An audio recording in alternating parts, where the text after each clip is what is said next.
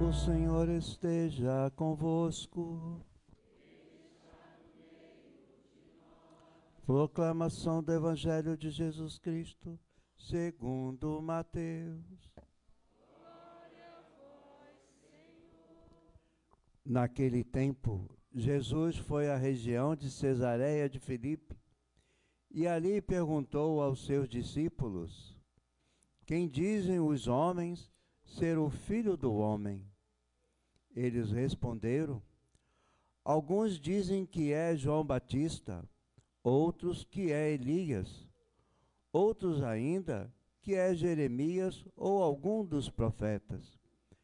Então Jesus lhe perguntou: e vós, quem dizeis que eu sou?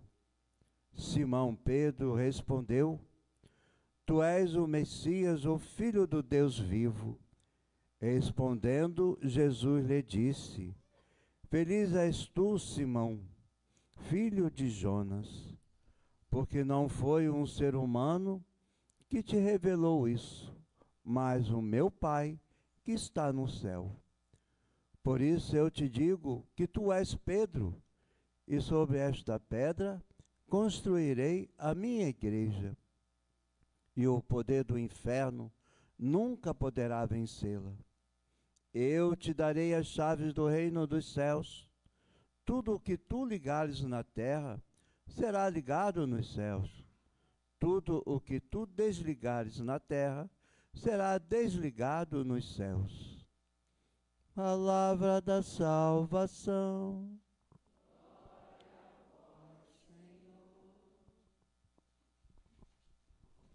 Obrigado, meu caro diácono, caros irmãos. Eu dizia no início da celebração que hoje nós nos unimos, a igreja no mundo inteiro, para celebrar esses grandes apóstolos, Pedro e Paulo, e não só a nossa geração, mas a todas as gerações que vieram antes de nós. Já há muito tempo, muitos séculos, a igreja celebra esses dois apóstolos, colunas da igreja, São Pedro e São Paulo, juntos, e nessa data, dia 29 de junho. E celebrar os apóstolos é recordar como Jesus chega até nós. É pela igreja apostólica. Jesus, em determinado momento da história, na plenitude dos tempos, o próprio Deus se faz homem e vem até nós. Se apresenta como Deus, apresenta o Evangelho, uma mensagem de salvação, deixa os meios para essa salvação, os sacramentos, e edifica a igreja. A gente vê aqui nessa passagem, inclusive do Evangelho hoje, a igreja como uma casa onde ele reúne sua família, onde ele vai nos formar, vai nos conduzir até a vida eterna. E é por meio da igreja que Jesus chega até nós. Nenhum de nós conheceu pessoalmente Jesus. Nenhum de nós viu o seu rosto, ou ouviu diretamente as palavras dele mesmo. Foram outros que ouviram e testemunharam e contaram até nós. E de geração em geração ela nos alcança. Quando chegar a nossa hora e nós estivermos face a face com Deus, mesmo nós não tendo visto Jesus nunca, vai ser a primeira vez, mas nós vamos reconhecer Jesus, não vamos conhecê-lo, nós vamos reconhecê-lo, porque nós já ouvimos falar dele por meio da igreja, por meio dos apóstolos. Jesus quis que fosse assim, ele quis constituir uma família e quis chegar até nós por meio dos apóstolos. Inclusive, quando a gente fala apóstolo, né, a gente pensa logo nesses nomes, Pedro e Paulo. Se eu perguntasse a vocês, diz o nome de um apóstolo aí, Tiago, João, Filipe, né, Judas Tadeu, esses são os apóstolos. Mas a carta aos Hebreus diz que Jesus é o apóstolo do Pai, assim que chama Jesus. Jesus, o apóstolo do Pai, aí vai falar de Jesus. Jesus como apóstolo. O que significa apóstolo? Enviado. De fato, Jesus foi o enviado do Pai. Inclusive, no outro momento no Evangelho, ele chega a dizer, como o Pai me enviou, eu vos envio. Olha aí. Então, a igreja dá continuidade à missão de Jesus. E se Jesus disse, né, olha, a mensagem que eu transmito a vocês não é minha. Eu apenas falo a vocês aquilo que eu ouvi do Pai. Eu apenas faço aquilo que o Pai mandou eu fazer. Com maior razão ainda a igreja. A igreja todos os dias, desde o primeiro dia, diz para o mundo, olha, essa mensagem que nós lemos, proclamamos, anunciamos a vocês não é nossa. A gente apenas transmite aquilo que Jesus nos mandou dizer. A mensagem é dele. E Cristo, então, assim se une à sua igreja, como esposo à sua esposa, e dela não se separa. E chega a dizer no outro momento: quem vos ouve, a mim ouve, quem vos despreza, a mim despreza. Não é isso que Jesus diz à igreja, aos apóstolos, quando eles envia? Olha isso. Então, quem ouve a igreja está ouvindo Jesus. Quem despreza a igreja está desprezando Jesus. Não é a igreja que diz isso, é Jesus. A igreja apenas replica isso que Jesus está dizendo. Então, não por acaso o matrimônio, o amor ali entre o homem e a mulher, a entrega do homem à sua esposa, expressa o amor de Cristo pela igreja. Maridos, amai vossas esposas como Cristo amou a igreja e se entregou por ela. Olha aí, e dela não se separa. Então é assim que Jesus chega até nós, por meio dos apóstolos. Por isso nós temos, desde os primeiros séculos, a igreja sempre vai ter uma profunda veneração pelos apóstolos, porque eles nos transmitiram a fé, porque eles nos deram acesso a Jesus. Jesus deu a eles essa missão e eles cumpriram, e se não tivessem cumprido, nós não conheceríamos Jesus, não teríamos o Evangelho. Então, como que a gente vai retribuir isso? Isso é de um valor inestimável. Por isso a igreja venera os apóstolos, os seus sucessores e todos aqueles que antes de nós fizeram com que nós pudéssemos conhecer a Jesus. E a gente vê esses textos muito bem escolhidos que mostram o peso da autoridade que Jesus confere a eles. Pedro, o primeiro deles, sempre ali, desde o início, um dos primeiros chamados, um dos 12, sempre com Jesus, quantas passagens. E aqui nesse momento, quando Jesus pergunta, né? O que os homens andam dizendo de mim aí, o que vocês andam ouvindo? Pedro, sempre aquele que é o porta-voz, né, toma a palavra e ele diz, né, tu és o Messias, o Filho do Deus vivo. E aí Jesus diz, olha, feliz és tu, né, porque não foram os homens que te revelaram isso, mas o próprio Deus. Isso vale para nós também. Quando nós aderimos a essa fé, aquilo que a igreja nos anuncia, é Deus que está agindo em nós. É pela fé que nós acreditamos, mesmo recebendo anúncio de homens, mas se nós acreditamos, isso é obra de Deus em nós. Por isso eu te digo que tu és Pedro, e sobre esta pedra construirei a minha igreja. Olha aí, Jesus vai construir uma igreja, significa isso, assembleia, eclesia, assembleia, reunião, convocação de todos aqueles que são chamados para ouvi-lo, para pôr em prática as suas palavras, viver de acordo com o que ele ensinou. Essa família, tu és Pedro, sobre esta pedra construirei a minha igreja. Uma só família, todos os povos e nações, filhos do mesmo Pai, o mesmo batismo, a mesma esperança. E o poder do inferno nunca poderá vencê-la. Não quer dizer que não vai investir contra ela, mas nunca poderá vencê-la. Meus irmãos, isso aqui é a palavra de Jesus, de nosso Senhor. Palavra que se cumpre sempre. Jesus disse, passarão o céu e a terra, mas as minhas palavras não passarão. Toda a criação, o céu e a terra, as galáxias, tudo, é obra da palavra de Deus. Por isso é estável ali, e a palavra dele tem essa força.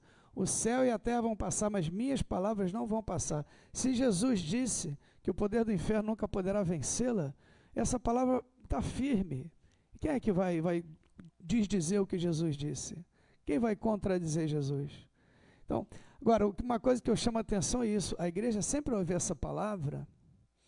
Isso deve inspirar na igreja não um orgulho, não uma vaidade, mas deve inspirar confiança no cuidado de Deus, de que Deus está sempre cuidando da sua igreja. Então, a gente não precisa temer, né? Como ali o filho no colo do pai e da mãe, sob os cuidados de Deus, assim a igreja. Mesmo enfrentando tribulações, hostilidades, o que venha, poder do inferno nunca poderá vencê-la.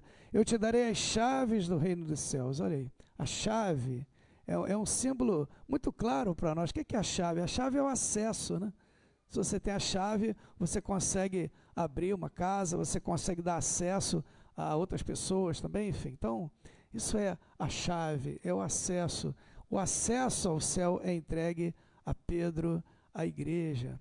Então, nós somos chamados a isso, né? A fazer parte e fazer esse caminho.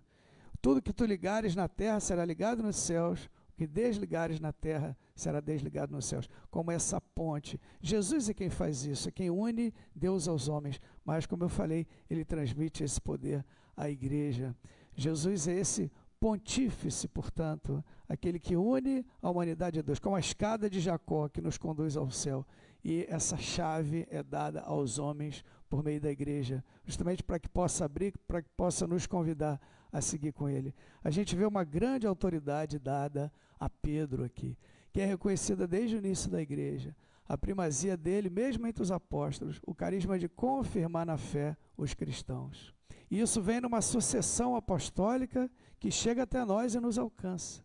Hoje a gente tem o Papa Leão, é o Papa número 267, se a gente for pegar numa cadeia ininterrupta, que vem desde o primeiro. Isso está documentado em vários documentos dos primeiros autores, primeiros padres da igreja, dos concílios, como eu falei, numa sucessão ininterrupta. Por isso a igreja é e para sempre vai ser apostólica, fundada sob a doutrina dos apóstolos e ali os sucessores dos apóstolos mantendo o seu ensinamento. Esse texto aqui também não é um texto isolado no Evangelho. Eu gosto sempre de refletir sobre isso. Não é só nesse texto que nós nos prendemos para reconhecer a autoridade de Pedro. A gente tem aquele outro, por exemplo, quando já depois da ressurreição Jesus chama Pedro, caminha com ele. Pedro, tu me amas? Senhor, tu sabes que eu te amo. Apacenta as minhas ovelhas. 3 vezes ali, Jesus confirma a autoridade de Pedro sobre a igreja em particular. E tem outro texto, esse um pouco menos conhecido, mas me parece muito importante também, está no Evangelho de Lucas, chegando perto da última ceia, Jesus com os 12 discípulos, os 12 apóstolos, ele fala para Pedro, diante deles, ele diz assim: Simão, Simão, eis que Satanás pediu insistentemente para vos peneirar como trigo na eira. Eu, porém, orei por ti, para que a tua fé não desfaleça. E tu, quando estiveres convertido, confirma os teus irmãos. Olha aqui que Jesus diz: Satanás pediu insistentemente para vos esmagar, vos peneirar como trigo na eira. Mas eu orei por ti. Se Satanás vai esmagar, ele vai perseguir os 12, por que Jesus vai rezar por Pedro? Eu orei por ti, para que a tua fé não desfaleça e tu, convertido, confirma os teus irmãos. Olha aí, mais uma vez, essa autoridade de Pedro, inclusive sobre os 12, a gente vê nesse texto. Aqui na primeira leitura também vemos hoje a igreja continuamente rezando por Pedro quando ele estava preso. Herodes já tinha decidido a sua morte, só estava esperando a festa da Páscoa, porque quando matou Tiago viu que isso agradou os judeus, esperou a festa da Páscoa, a cidade já está repleta de judeus, para ele ganhar mais popularidade. E aí nesse momento, nesse intervalo, o anjo solta as correntes, faz cair um sono lá em todo mundo, abre as cadeias e liberta Pedro. Esse cuidado, né? Como diz aqui o Salmo, o anjo do Senhor vem acampar ao redor dos que o temem e o salva. E ao lado dele São Paulo, esse grande apóstolo, que antes era perseguidor e depois passou a pregar a fé que procurava destruir. E como sofreu por Jesus e como trabalhou por Jesus também. O próprio Jesus fala, né? É um instrumento escolhido, né, para anunciar a fé. Grande apóstolo ali, aquele que antes perseguia, depois se tornou anunciador da fé e considerou tudo aquilo que ele tinha antes como lixo, como ele mesmo vai dizer, comparado com a excelência do conhecimento de Cristo Jesus. Por ele eu perdi tudo, considerei tudo lixo para ser considerado digno de estar unido a ele. A graça de Deus para mim não foi em vão. Então, que não seja também para nós. Ele diz no outro texto, o mundo está crucificado para mim e eu estou crucificado para o mundo. Essa minha vida na carne, eu a vivo na fé no Cristo Jesus, que me amou e se entregou por mim. A força dessas palavras. Quem nos separará do amor de Cristo? Tribulação, angústia, perseguição, fome, nudez, perigo, espada. Em tudo isso somos mais que vencedores, graças àquele que nos amou. E tantos outros textos. Que riqueza a vida de São Paulo. Com um grande missionário, fundando comunidades ali ao redor do Mediterrâneo, formando colaboradores a quem ele enviava para confirmar na fé essas comunidades e escrevendo essas cartas que chegaram até nós e ficaram como um grande testemunho de fé também e edificam a igreja. O hino da caridade e tantas outras passagens de São Paulo, a gente sempre recorre a ele também na liturgia. E um texto muito bem escolhido, eu queria concluir com ele, está aqui na segunda leitura hoje, ele já mais chegando no final da sua vida, ele escreve a Timóteo, dizendo aqui, né? Caríssimo, quanto a mim, já estou para ser derramado em sacrifício. Aproxima-se o momento da minha partida. Combati o bom combate, completei a corrida, guardei a fé. uma das palavras mais conhecidas, né, de São Paulo, né? Quem dera que nós pudéssemos dizer isso também no fim da nossa vida, né?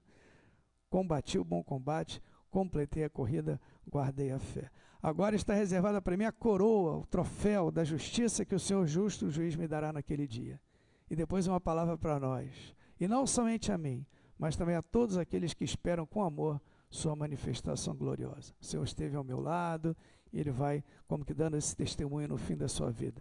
Então que nós também, a exemplo de São Pedro e São Paulo, possamos, né, com gratidão acolher esse testemunho que eles nos dão de Jesus, e possamos também combater o bom combate, guardar a fé.